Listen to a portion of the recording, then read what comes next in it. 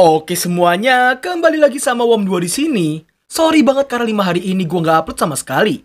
Yang mana rencananya gue mau upload satu anime kemarin. Tapi karena nanggung banget, gue bakalan upload di hari Senin besok. So, pada video kali ini, tentunya gue bakal lanjutin alur cerita dari anime yang membuat kalian semua ngehalu pengen tamasya ke isekai.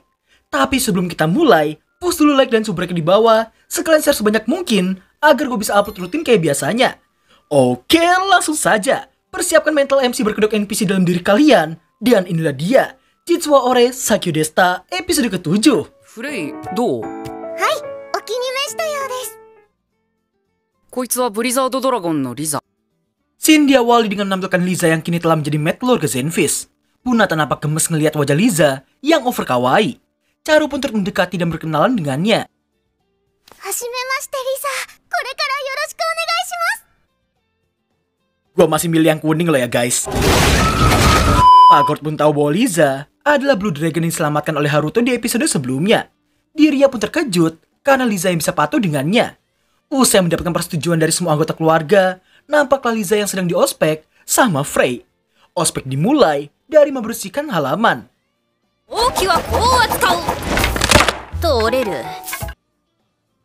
Apa yang kita harapin dari Mad Goblin yang satu ini? Nyontohin sih nyontohin, tapi gak usah sampai nyampah juga kali mbak. Liza yang memahaminya, nampak langsung menunjukkan bakat alaminya menjadi asisten rumah tangga. これでいい？上出来だ。 Gak cuma nyapu, bahkan Liza sangat ahli dalam berbagai macam hal urusan rumah tangga. Berbeda halnya dengan Frey yang terus mencahin piring saat lagi dikeringkan. Dengan sangat lihainya Liza mampu mengeringkan piring-piring itu tanpa problem sama sekali. Hal berikutnya tentu aja memasak. Frey memasak sampai gosong, sedangkan Liza memasak dengan sempurna sampai dipuji sama Pagord dan yang lainnya. Semua pujian terus dilayangkan pada Liza yang sangat ahli dalam mengurus rumah tangga. Karena hal itulah Liza diangkat menjadi pelayan pribadi Charu di hari pertamanya bekerja. 精一杯頑張る。よろしくです、リサ。 Keesokan harinya, nampaklah Liza yang memulai tugas pertamanya dengan membangunkan Charu. おはようございます。 Selepas dari sana, terlihat Charu dan Liza yang lagi berlatih sihir sembari diawasi oleh Haruto. Setelah dicontohkan, Charu pun diminta buat melakukannya juga.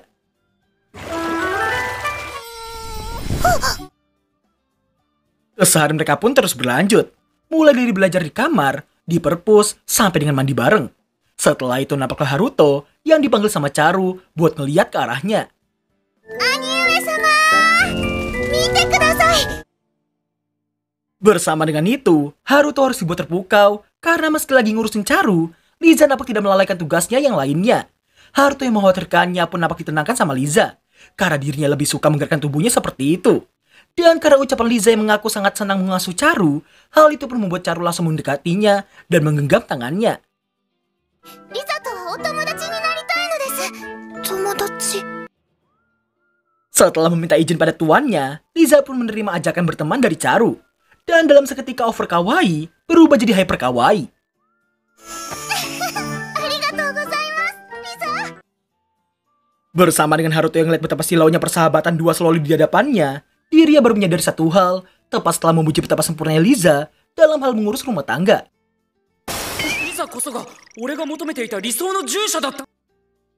Meski telah menyadarinya, namun apa daya dua entitas yang disebut loli ini telah menjalin persahabatan yang jelas membuat Haruto gak bisa memintanya buat menjadi pelayan pribadinya di sekolahan nanti.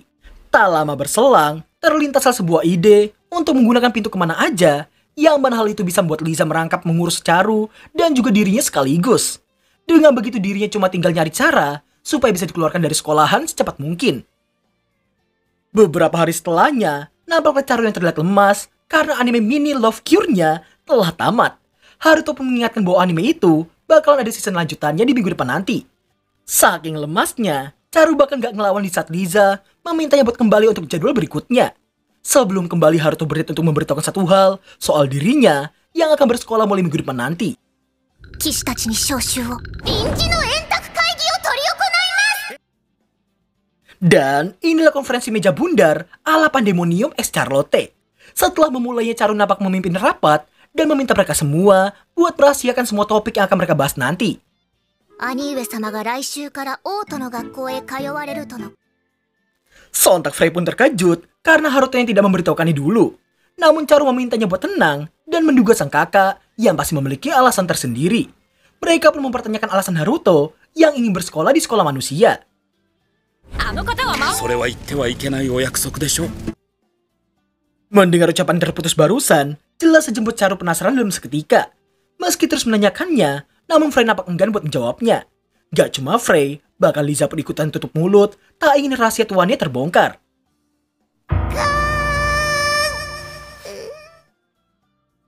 Kalian semua gak usah komen, bang, gangnya Charu kok mirip Anya.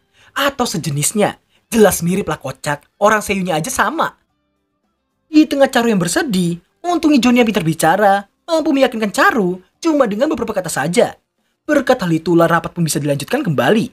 Mereka pun kembali ke topik awal, kenapa Haruto memutuskan buat bersekolah. Dari sini kita bakalan dapat satu pelajaran yang sangat penting. Jangan pernah menyamakan anime dengan dunia nyata. Charu yang menanyakan apa itu sekolah pada sang kakak dulu, malah mendapatkan jawaban yang akan terus dia ingat sampai kapanpun. とても恐ろしく危険な場所だよ。Serentak para followernya Haruto pun terkejut karena baru mengetahui master mereka yang masih memiliki ketakutan. Charu yang juga penasaran kenapa sang kakak bisa sampai seperti itu, dirinya menyimpulkan berdasarkan apa yang ia tonton dari anime. Ia menduga adanya organisasi rahasia di dalam sekolahan yang melakukan duel sihir melawan para pemberontak. Yah, intinya adik-adik boleh nonton anime, tapi jangan kayak Charu, oke?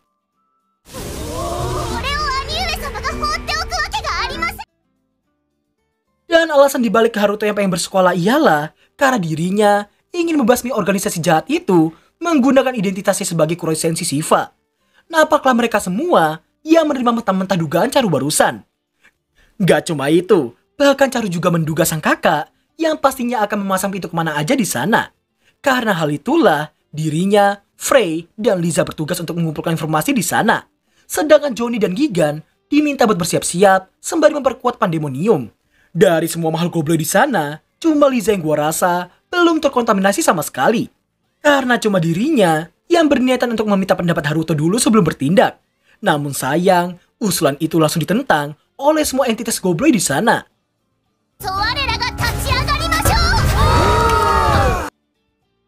Di malam harinya, meski telah berjanji untuk tidak ember, namun ternyata Liza merupakan impostor yang melaporkan semua topik rapat tadi kepada tuannya. ありがとう、リザ。 Setelah itu Liza pun langsung bertanya soal kebenaran Haruto yang lagi battle sama organisasi kriminal rahasia. Ngelihat wajah terkejut Haruto jelas membuat Liza kebingungan dalam seketika. Gak pengen sampai pelayannya itu diselimuti rasa penasaran, Haruto pun berniat memberikan penjelasan masuk akal dan tidak melukai perasaannya. 実は秘密裏に行動していたんだ。やっぱりそうなんだ。 Berkat situasi yang ada, akhirnya Haruto mampu mengajak Liza buat ikut dengannya ke ibu kota sebagai pelayannya. Mendengar ucapan tuannya yang merasa cuma dirinya yang bisa mengemban tugas tersebut, dengan senang hati, Liza menyanggupi keinginan tuannya itu. わかった。従者ゲット。おやすみ、ハルト様。 Scene ditutup dengan beberapa scene yang menunjukkan hal-hal yang kurang penting, namun wajib kita bahas. Seperti saat jam istirahat para pelayan, yang mana terlihat para pelayan yang selalu percaya pada setiap ucapan Frey. Mulai dari salah satu pelayan yang harus mutusin pacarnya, pelayan lainnya yang harus menceraikan husbunya, yang kegep berselingkuh, dan berbagai macam keluhan lainnya. Momen gak penting tapi wajib dibahas kedua ialah kenapa seragam maidnya Frey berbeda sendiri dari pelayan lainnya. Setelah Charu menanyakannya, Frey pun mulai bercerita momen ketika pertama kali dirinya diminta buat berganti baju.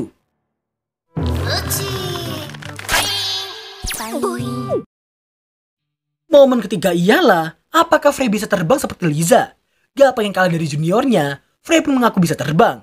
Charu yang juga kepengen terbang meminta tutor darinya.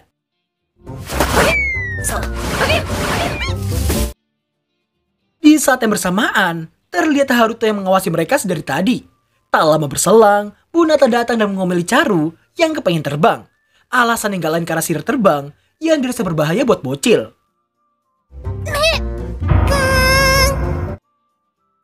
Ngeliat Charu yang menahan tangis tapi tetap pengen terbang, Frey yang lemah terhadap entitas loli di hadapannya nampak melenggang pergi dan meminta bantuan pada tuannya. Haruto yang udah tahu apa yang dibutuhkan nampak memberikan sesuatu pada Frey.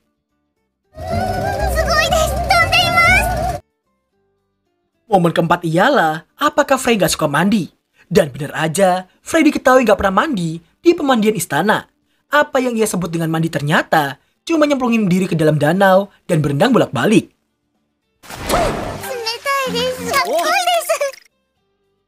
Momen kelima ialah oknum nolep legendaris. Di momen ini, Haruto nampak memberi hormat pada Liza karena semasa hidupnya di goa, apa yang Liza lakukan cuma baca buku, tidur, dan terus seperti itu selama ratusan tahun lamanya. Sepuh ngenolep mah beda. Gak cuma itu, bahkan Liza hanya makan sekali dalam seminggu. 1週間に1度くらい。そしてダイエッター。 Momen keenam adalah pertanyaan simpel dari Liza yang menanyakan cara kerja pintu kemana aja.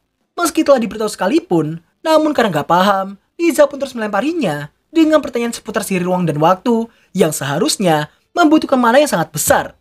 Namun karena ucapan Haruto yang merasa mana yang dibutuhkan cuma sedikit, seketika itu pula Liza langsung memiliki satu dugaan. まさかこの世界の魔法ではないの？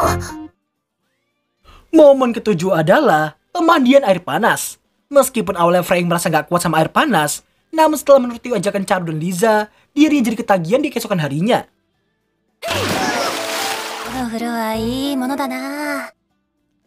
Di momen terakhir ini adalah mengukur level sihir. Terlihat Haruto yang pada akhirnya telah berhasil membuat alat pengukur level sihir miliknya sendiri. Dan ternyata gak cuma Frey, bahkan Liza juga memiliki level sihir maksimum yang sangat tinggi. Meski terkejut namun Haruto mewajarkannya karena mereka berdua yang sama-sama berasal dari ras iblis. ちょっと待って。シャルちゃんの最大値高っ。 Inilah alasan kenapa Charu menjadi incaran sang ratu.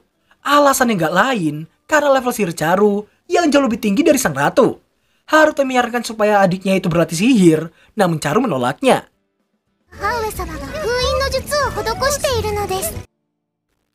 Selesainya dengan mereka bertiga, Charu pun merasa penasaran dengan level sihir maksimum milik sang kakak. Freya mendapat levelnya pasti lebih dari 100, namun sayangnya... 内緒。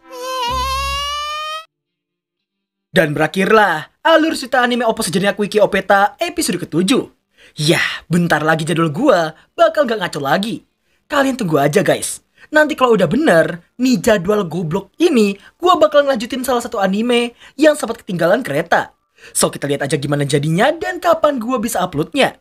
Pantengin aja sembari mencet tombol subrek, like, dan lonceng di bawah. So thanks for watching dan sampai jumpa di episode ke-8 minggu depan. Bye-bye.